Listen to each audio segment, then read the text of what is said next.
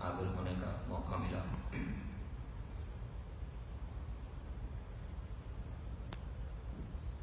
میرا تعلق وہاں ایک تعلیمی ادارے سے، گجرانوالہ مشہور شہر ہے، وہاں پرائیویٹ سیکٹر میں گفٹ یونیورسٹی کے نام سے ایک تعلیمی ادارہ ہے، اس میں مجھے کچھ اسلامیات سے متعلق پڑھنے پڑھانے کا موقع ملتا ہے۔ یہاں نیو جرسی میں ڈرو یونیورسٹی کے اہتمام میں 3 ہفتے کی انٹرفیتھ ورکشاپ کا انعقاد کیا گیا تھا۔ اس میں مختلف ملکوں سے تینوں جو ابراہیمی مذاہب ہیں ان سے وابستہ لوگ اکٹھے ہوئے، آپس میں ایک دوسرے کے مذہب سے متعلق تبادلہ خیال کرتے رہے، گفتگو کرتے رہے۔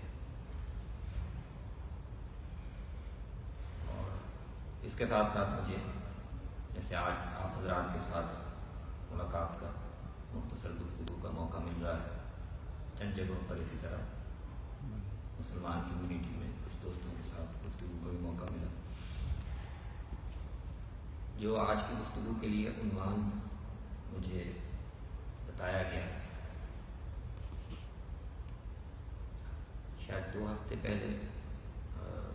یہیں دوسری مسجد میں یہاں حاضری ہوئی تھی، اس موضوع پر کچھ بات کرنے کا موقع ملا۔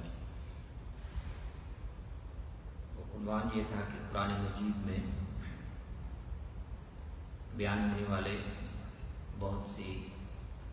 احکام، بہت سی تعلیمات، بہت سی آیات، ان کے بارے میں آج کے جو مسلمان ہیں یا آج دنیا کا کوئی بھی انسان ان کو پڑھتا ہے تو اس کے ذہن میں بہت سے سوالات پیدا ہوتے ہیں، اور سوالات کا پیدا ہونا ایک فطری عمل ہے، اس لیے کہ دنیا کی جتنی بھی مذہبی کتابیں ہیں وہ ان کا جو پیغام ہے یا ان کا تعلیمات کا جو میسج ہے وہ تو ساری دنیا کے لوگوں کو اپنا مخاطب بناتی ہیں ہمیشہ کے لیے، لیکن بہرحال وہ کتابیں جب لوگوں کو دی جاتی ہیں تو اس کا ایک خاص حالات کا، واقعات کا، صورتحال کا ایک پورا کانٹیکسٹ ہوتا ہے، ایک پورا پس منظر ہوتا ہے۔ اور قرآن مجید کے بارے میں تو خاص طور پر ہم جانتے ہیں کہ یہ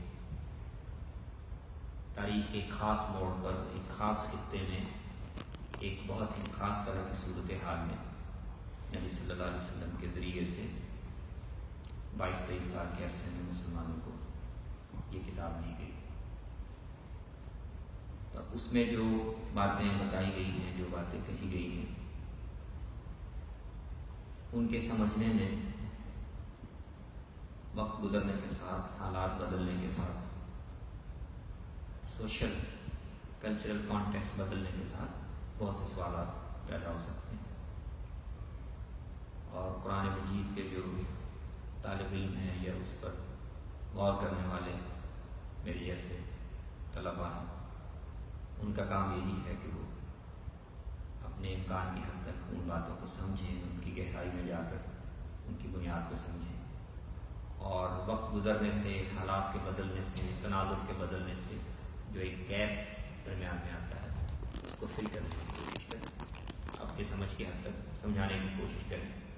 کہ جو سوال پیدا ہو رہا ہے یا پیدا ہو رہے ہیں سوالات وہ کتنے متعلق ہیں، کہاں غلط فہمی ہے۔ جو 2-3 موضوعات پر مجھ سے کہا گیا کہ ان پر بات کی جائے، وہ آج کے دور کے بہت اہم اور زندہ سوالات ہیں، خاص طور پر جب ہم مسلمان ایک ایسے معاشرے میں رہ رہے ہوں جو جس کو ہم ایک نان مسلم سوسائٹی کہتے ہیں، یہاں اکثریت مسلمانوں کی نہیں ہے، اور ظاہر ہے کہ یہاں کی تہذیب، کلچر، سسٹمز وہ مسلمانوں کے بنائے ہوئے نہیں ہیں، بہت سی جگہوں پر ویلیوز میں اور سوشل نارمز میں بہت فرق بھی ہے۔ تو اس تناظر میں ان چیزوں کو، قرآن مجید کے ان ہدایات کو مسلمان خود کیسے سمجھیں اور دوسروں کے سامنے جن کے ذہن میں سوالات پیدا ہو رہے ہیں کیسے ان کو سمجھائیں. تو 2-3 موضوعات ہیں اور اس حوالے سے بہت اہم ہیں. قرآن مجید میں جہاد، قتال، جنگ، اس سے متعلق بہت کثرت سے ہدایات دی گئی. قرآن مجید میں بعض خاص گروہوں کے متعلق دوستی اور تعلق اس حوالے سے کچھ ہدایات ہمیں ملتی ہیں کہ فلاں اور فلاں گروہ ان کے ساتھ ہمارا تعلق کیسا ہونا چاہیے، کیسا نہیں ہونا چاہیے. اور اسی طریقے سے شریعت میں، اللہ تعالیٰ کی شریعت میں مردوں اور خواتین کے حوالے سے کچھ احکام، تعلیمات ایسی دی گئی ہیں کہ جو آج کا جو جدید ذہن ہے، جو جدید ثقافت ہے، اس کے لیے کچھ سوالات پیدا کرتے ہیں. یہ 2-3 موضوعات مجھے کہا گیا کہ ان پر بات کی جائے. اور ان تینوں سوالات کا بڑا گہرا تعلق اس سے ہے کہ اس معاشرے میں بطور کمیونٹی کے مسلمانوں کو اپنا دین خود کیسے سمجھنا ہے اور اس سوسائٹی میں لوگوں کو وہ دین کیسے سمجھانا ہے، کیسے پیش کرنا ہے. اس لیے کہ مسلمان جہاں بھی ہوں دنیا میں، جس طرح کے حالات میں بھی ہوں، ان کی اپنے دین کے حوالے سے، اس کو سمجھنے اور عمل کرنے کے حوالے سے اور دوسروں تک اس کا پیغام پہنچانے کے حوالے سے ایک بنیادی ذمہ داری بنتی ہے جو کسی بھی حالت میں ان سے الگ نہیں ہوتی. مسلمان اقتدار میں ہوں، ان کا اپنا معاشرہ ہو، ان کی اپنی حکومت ہو، وہ تب بھی ذمہ داری بنتی ہے. مسلمان کسی جگہ پر بطور ایک اقلیت کے رہ رہے ہوں، وہاں پر ان کا اثر و رسوخ ہو یا نہ ہو، وہ باعزت اور امن سے رہ رہے ہوں یا ظلم زیادتی کے ماحول میں کہیں بھی ہوں، ہر طرح کے حالات میں اپنے دین کو خود سمجھنا اور وہ دوسروں تک پہنچانا یہ ان کی ذمہ داری.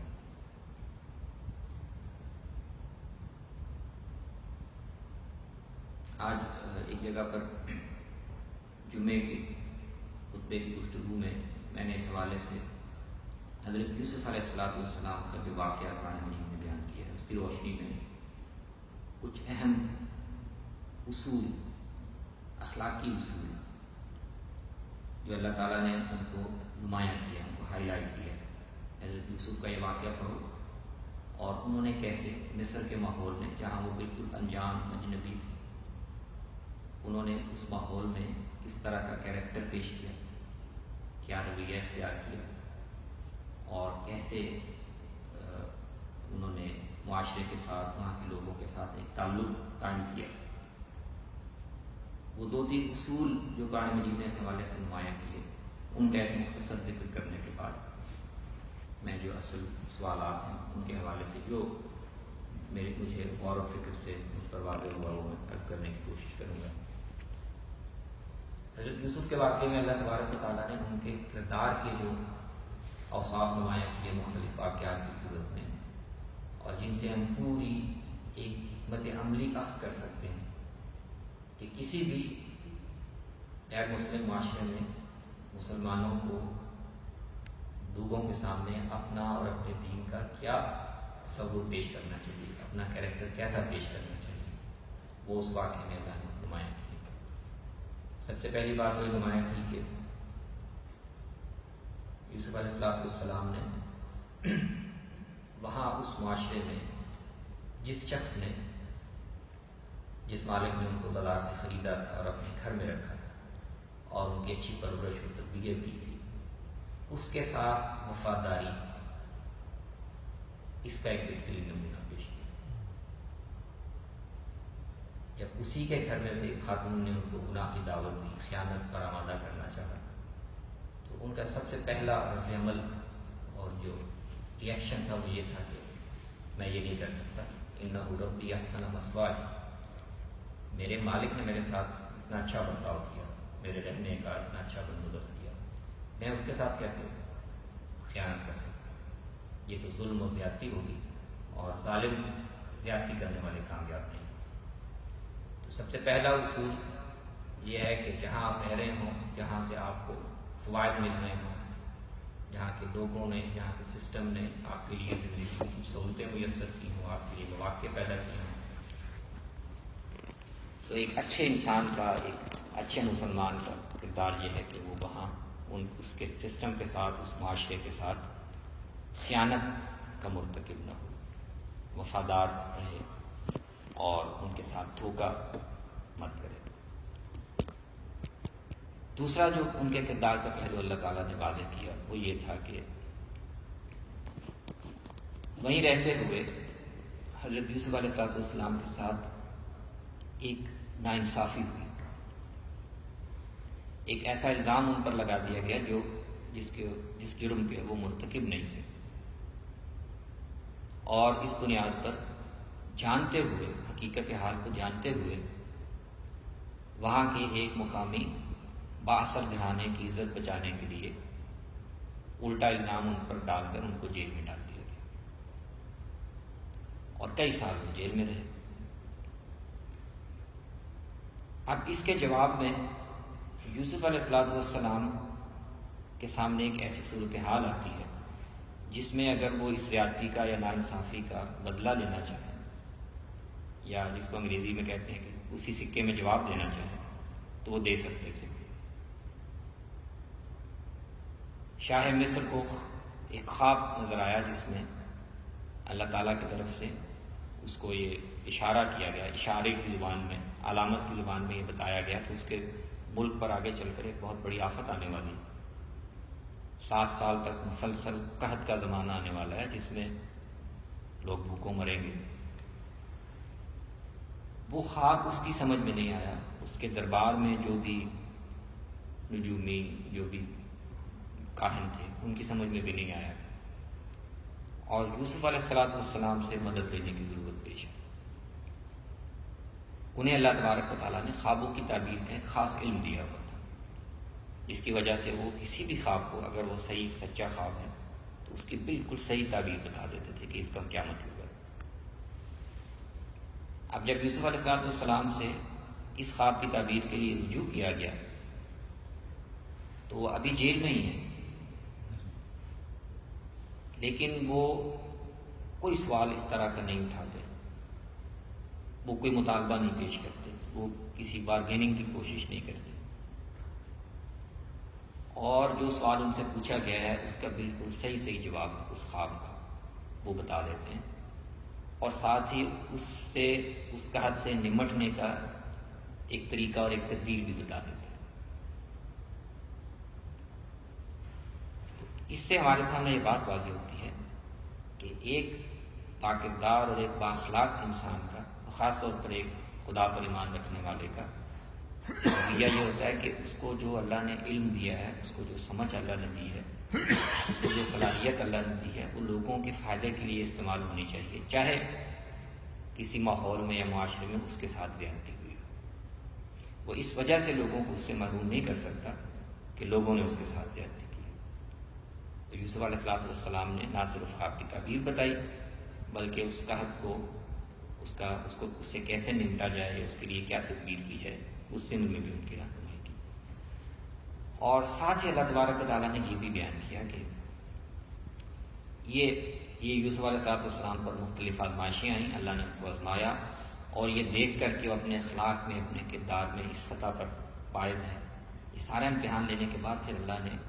اسی معاشرے میں جہاں پر وہ ایک غلام کے طور پر لا کر بیچے گئے تھے، انہیں اقتدار کے منصب تک پہنچا۔ اور یہ بھی بیان کیا کہ انہوں نے ان سارے مواقع کو محض دنیاوی فائدوں کی حد تک محدود نہیں رکھا، بلکہ جہاں اور جب موقع ملا ان کے پاس جو اللہ کا پیغام تھا، توحید کا پیغام تھا، وہ بھی لوگوں تک پہنچایا۔ جیل میں ان کے ساتھ 2 ساتھی تھے، وہ ان کے پاس آئے خواب کی تعبیر پوچھنے، انہوں نے خواب کی تعبیر بھی بتائی، لیکن اس موقع کو فائدہ اٹھاتے ہوئے ان تک توحید کی دعوت بھی پیش کر دی۔ بڑے اچھے اسلوب میں ان کو یہ سمجھایا کہ تم لوگ اتنے بہت سے خداؤں اور دیوتاؤں کی پوجا کرتے ہو، کسی سے ایک مراد، کسی سے دوسری خواہش، کسی سے تیسری تمنا، یہ سب اچھا ہے یا ایک خدا اچھا ہے جس سے سب کچھ مل جاتا؟ ارباب متفرقون خیر ام اللہ الواحد القہار۔ تو یہ یوسف علیہ السلام کے واقعے میں اللہ تبارک و تعالیٰ نے ہمارے سامنے اور بھی کئی پہلو اس واقعے کے ہیں، اور یہ جو پہلو ہے وہ خاص طور پر اس میں غور کرنے کے قابل ہے کہ مسلمان جہاں بھی ہوں، ایسے معاشرے میں ہوں جہاں ان کی ایک دینی ذمہ داری بنتی ہے، تو وہاں کے معاشرے کے ساتھ، وہاں کے لوگوں کے ساتھ ان کو ایک بالکل دیانتدارانہ، مخلصانہ، ہمدردانہ، خیر خواہی کا تعلق قائم کرنا چاہیے، اعتماد کا رشتہ قائم کرنا چاہیے، اور اس اعتماد پر پورا اترنا چاہیے، اور ان کے پاس جو بھی صلاحیت ہے اسے اس معاشرے کی بہتری کے لیے، لوگوں کی بھلائی کے لیے، ان کی فلاح کے لیے پوری طرح کام میں لانا چاہیے، اور ساتھ ساتھ وہ ذمہ داری بھی ادا کرنی چاہیے جو ان کے دین نے ان پر عائد کی ہے، وہ لوگوں تک اللہ کے دین کا پیغام پہنچائیں اور اچھے سے اچھے طریقے سے، اچھے سے اچھے اسلوب میں دین کی دعوت ان تک پہنچائیں۔ اب اسی ذمہ داری کے حوالے سے ہم دوبارہ اپنے موضوع کی طرف واپس آتے ہیں۔ وہ سوالات بہت اہم بن جاتے ہیں کہ اگر آپ ایک دین کی دعوت پیش کر رہے ہیں اور اس دعوت کے حوالے سے، اس پیغام کے حوالے سے لوگوں کے ذہنوں میں سوالات پیدا ہوتے ہیں، شبہات پیدا ہوتے ہیں، تو یہ بھی مسلمانوں کی ذمہ داری ہے۔ اچھے اسلوب میں پیش کرنے کا ایک تقاضا یہ بھی ہے کہ وہ اپنے دین کی بات کو صحیح بنیادوں پر اور صحیح دلائل کے ساتھ صحیح ڈھنگ میں لوگوں کے سامنے پیش کریں، تاکہ اگر کچھ بے بنیاد اعتراضات ہیں یا غلط فہمیاں ہیں تو وہ دور ہو۔ جہاد کا جو مسئلہ ہے، قرآن مجید میں جہاد کے احکام بہت کثرت سے بیان ہوئے۔ جہاد کا اسلام میں کیا تصور ہے؟ یہ چونکہ ایک ایسا مسئلہ ہے کہ جو کیونکہ تاریخ کی ابتدا سے ہی مسلمانوں کی جنگیں اور لڑائیاں عموماً مذہبی تقسیم کی بنیاد پر ہوئی ہیں۔ جنگوں میں مسلمان آپس میں بھی لڑتے رہے، لیکن انٹرنیشنل لیول پر جنگیں جو ہوئیں وہ عموماً اس تقسیم کے ساتھ ہوئیں کہ ایک طرف مسلمان تھے، اس طرف دنیا کی دوسری قومیں تھیں۔ تو یہ سوال ہمیشہ سے